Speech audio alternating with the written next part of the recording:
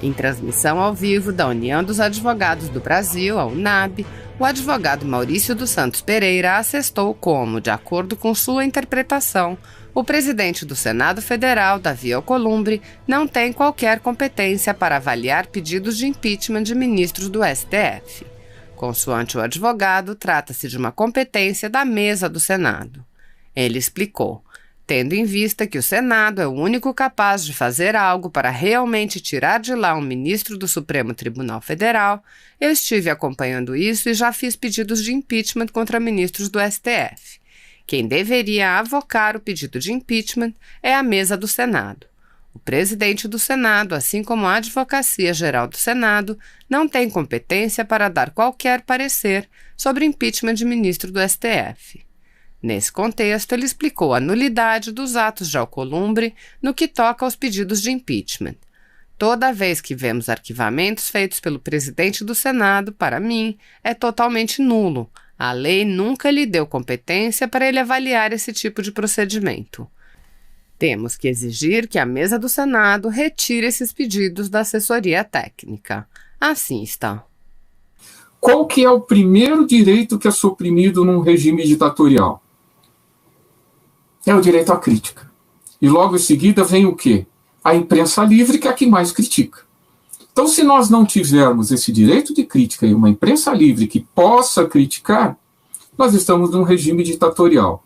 Se existe um órgão que não aceita a crítica, e essa crítica, óbvio que ela não pode ultrapassar o limite do crime contra a honra. Ninguém pode xingar a mãe do ministro aqui, isso não é crítica.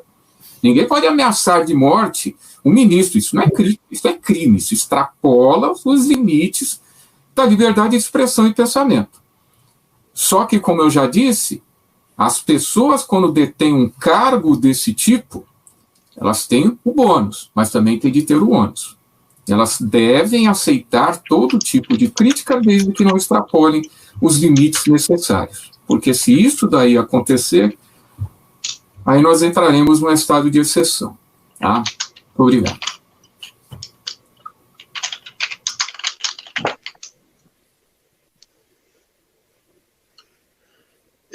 Eu gostaria de pegar um gancho também do que o Dr. César acabou de explanar. É importante que a gente observe a mensagem que está sendo enviada para a sociedade quando o STF toma esse tipo de atitude e arroga para si as funções do Ministério Público. Na verdade, está mandando uma mensagem para a sociedade de que não se pode confiar no Ministério Público, seria isso? Então, eu coloco essa questão também para os senhores explanarem sobre isso, o que os senhores pensam a respeito. Só um segundo, deixa eu só fazer uma ponderação, tá, em relação ao que o Dr. Rogério Greco falou. Todos nós queremos uma solução, o que fazer, né? Tendo em vista que o Senado é o único capaz de fazer algo, né, para realmente tirar de lá um ministro do Supremo Tribunal Federal, né? Eu tive acompanhando isso, aliás, já fiz uns pedidos de impeachment também, contra o ministro do STF, né? E um detalhe que eu tenha percebido, na leitura da DPF 378, se eu não me engano, é do processo do Collor ainda, né? Lá está bem caracterizado pelo próprio Supremo que a voz num pedido de impeachment e todo o procedimento do pedido de impeachment, eles não está resumido ao presidente, muito pelo contrário. O presidente do Senado ele é totalmente incapaz. Ele só é mencionado na formalidade para o endereçamento da peça do pedido. Porque quem deveria avocar isso é a mesa do Senado, certo? E a mesa do Senado deveria avocar já todos os processos que estão lá, por conta que o presidente do Senado, assim como a Advocacia Geral do Senado, não tem competência absoluta em nada para fazer qualquer parecer. O único parecer possível, no caso do Senado, em pedido de impeachment de ministro do Supremo Tribunal Federal, seria da comissão especial. Então, todas as vezes que a gente vê aqui um arquivamento feito pelo próprio presidente do Senado, certo? Para mim, ele é totalmente nulo. Por conta que a lei, não é que a lei tire dele qualquer coisa. é porque a lei nunca deu a ele qualquer competência para falar a respeito desse tipo de procedimento. Então, o senhor Rogério Greco, que fala nesse aspecto, a única coisa que eu penso é o seguinte: a mesa do Senado, que representaria ali a única competência inicial do processo de impeachment, deveria avocar. E os senadores em si, todos os outros, certo, com direito à voz e fala, certo, porque eles foram eleitos para isso, deveriam também requisitar esse pedido para que ele fosse colocado em andamento. Tá? Isso por um lado, certo? Porque se a gente tem lá um presidente servindo para endereçamento, ele não pode avocar para si, coisa que a própria lei não permite. Né? Então a gente poderia começar por aí, exigir que a mesa do Senado retirasse os processos de impeachment que estão lá na assessoria técnica do Senado, fazendo o quê? Eu não sei, porque lá não é lugar para estar, deveria já ter sido lido no plenário do Senado, e não foi. Doutores, no prospecto, pois não. Doutor Maurício, só um minuto, por favor. Doutor Roberto também, já vi que o senhor está aguardando. Eu só queria passar a palavra primeiro para o doutor Modesto Carvalhosa, porque nós prometemos que não iríamos nos estender muito na duração da live. Então, caso, eu não sei se o doutor pretende continuar conosco ou não, eu não quero abusar da sua paciência, que já tanto nos honrou. Você quer não faz mais alguma coisinha, 2 minutos? Eu só quero lembrar o que o Rogério Greco falou, da seguinte maneira: a solução que nós temos, qual é o remédio? Na realidade, nós temos que fazer uma reforma estrutural do Estado brasileiro. Essa reforma estrutural do Estado brasileiro se dá através de uma nova Constituição, que permita o voto distrital puro, que impeça a reeleição desses políticos profissionais que criam esse atraso no Brasil, essa miséria que existe aqui no Brasil há séculos.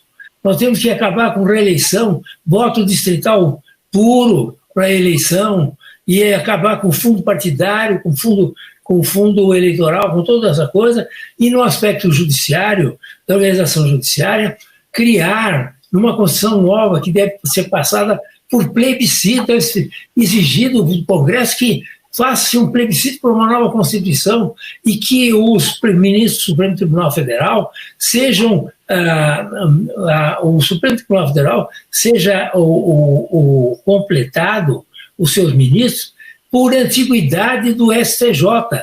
Assim é por carreira, por antiguidade. Vai ali, fica até tal, quando está os mais antigos do STJ passam a ser ministros do Supremo Tribunal Federal, por um prazo que deve ser de 4 anos do Supremo Tribunal Federal. E o Supremo Tribunal Federal deve ter só tratar de assuntos de matéria de constitucionalidade e inconstitucionalidade das leis, dos atos administrativos e dos atos normativos. Precisamos mudar a estrutura do Estado brasileiro, que, como aqui foi falado, realmente o presidente do Senado bloqueia tudo, o presidente da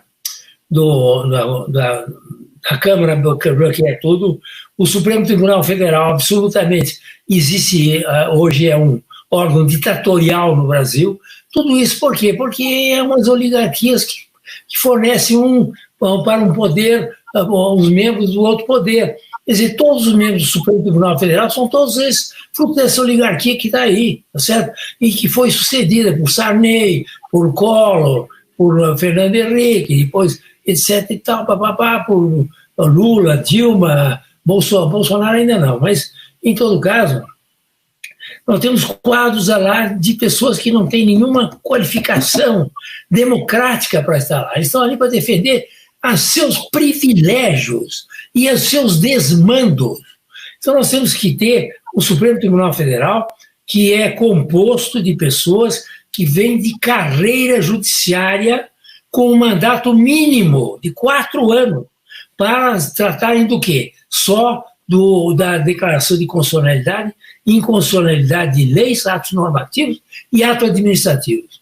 É só isso que tem que ser feito. Então nós temos que ter uma nova Constituição que mude a estrutura do Estado e que seja aprovada por plebiscito, com essa nova organização do Supremo e dos demais tribunais superiores, não só o Supremo Tribunal Federal.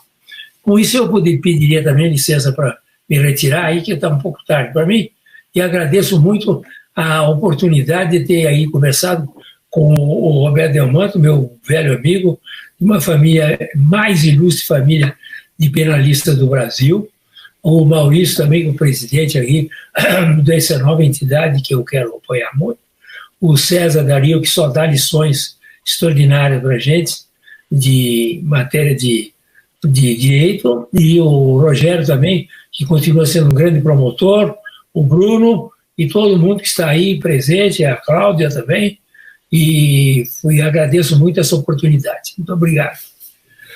Muito obrigado. Obrigado, doutor Modesto. Obrigado. Uma honra, doutor Modesto. Uma honra estar aqui com o senhor. Obrigado. Obrigado, doutor. Obrigado. Obrigado, né? Estamos honrados. Nossa. Nós é que agradecemos muito aí pela presença do Dr. Modesto, que tanto abrilhantou aí a nossa noite de hoje. E agora, pedindo desculpas mais uma vez, eu retorno a palavra aí ao Dr. Maurício para que ele complemente e posteriormente o Dr. Roberto Delmanto. Pois não. Então, afora o detalhe do Senado, né, que eu já falei o meu pensamento, eu estava pensando o seguinte: tudo isso que está sendo praticado nos inquéritos, no 4781 e no 4828, né, é um estado de exceção. Sendo estado de exceção, há um desvirtuamento da ordem pública. Certo? Ao mesmo passo que o Supremo hoje, os ministros do Supremo hoje, tendem a colocar os investigados, certo, como enquadrado na Lei de Segurança Nacional, não poderíamos também, na reversão, fazer com que esses atos praticados por eles mesmos estariam inclusos lá? Por quê? Porque é possível fazer ao cidadão uma imputação de um crime nascido na Lei de Segurança Nacional, ao passo que eles realmente estão desvirtuando a ordem pública, né? Eles estão causando um caos tão terrível que a gente não tem mais segurança jurídica. O Supremo hoje trabalha de forma com que a gente fique com terror. O doutor Modesto Carvalhosa falou isso, certo? Então, eu acho que a gente teria que ter um pouquinho mais de visão, certo? No sentido de que, como dar uma solução? O doutor Rogério Greco falou, mas a forma com que o doutor Rogério explanou, eu acho que é um pouquinho demorada. A gente não teria como tirá-los daí agora, certo? E eles estão cometendo hoje o terror em todo o Estado brasileiro. Era Maurício, isso. Eu só gostaria de falar, Pois não. não existe solução fora da Constituição, Maurício. A única solução hoje é o impeachment devidamente processado no Senado da República. Assim, eu acho que aqui nós não estamos para acusar o Supremo Tribunal Federal. Daqui a pouco está se falando aí que os ministros estão cometendo crime. Eu não gostaria de essa seara aqui nessa nossa live. Eu acho que conversa em tese, né, doutor? Nós vamos a discutir aqui as questões jurídicas desses dois inquéritos, as incompatibilidades desses dois inquéritos, né, a questão do que se criou aí um clima de devassa, verdade, e que inibe as pessoas de participarem do debate político. Você tem você compartilha algum meme, você compartilha algo que seja ofensivo ao ministro, você daqui a pouco está dentro do inquérito com a Polícia Federal, com a busca e apreensão na tua casa. Ou seja, criou-se realmente um clima de devassa. Estou plenamente de acordo. Mas a solução é através de uma proposta de emenda constitucional, como falou o doutor Rogério Greco, enfim, na devida na eleição dos nossos representantes do Poder Legislativo, na consciência do voto. Então, eu gostaria só de limitar bem a minha participação nessa questão, tá? Não há outra solução senão esta do processo hoje, para quem entende que o ministro agiu mal, cometeu crime de responsabilidade do processo. Se não funciona, é outra questão, porque aí há uma questão difícil do Congresso Nacional, do Senado, do quem nós elegemos como os nossos representantes no Senado. E só gostaria de ponderar isso. E mais uma coisa só, que aqui o Bruno tinha falado, da questão se não desprestígio para o Ministério Público, né? O que acontece? Só que os crimes contra a honra de funcionário público, eu tinha falado, eles têm uma dupla titularidade. É uma ação penal pública condicionada à representação, porém a jurisprudência hoje é pacífica de que o funcionário público que se entenda ofendido e se o Ministério Público não agir, ele pode oferecer uma queixa-crime. Então o ministro ofendido pode oferecer a queixa-crime contra o blogueiro X, contra o blogueiro Y, em primeiro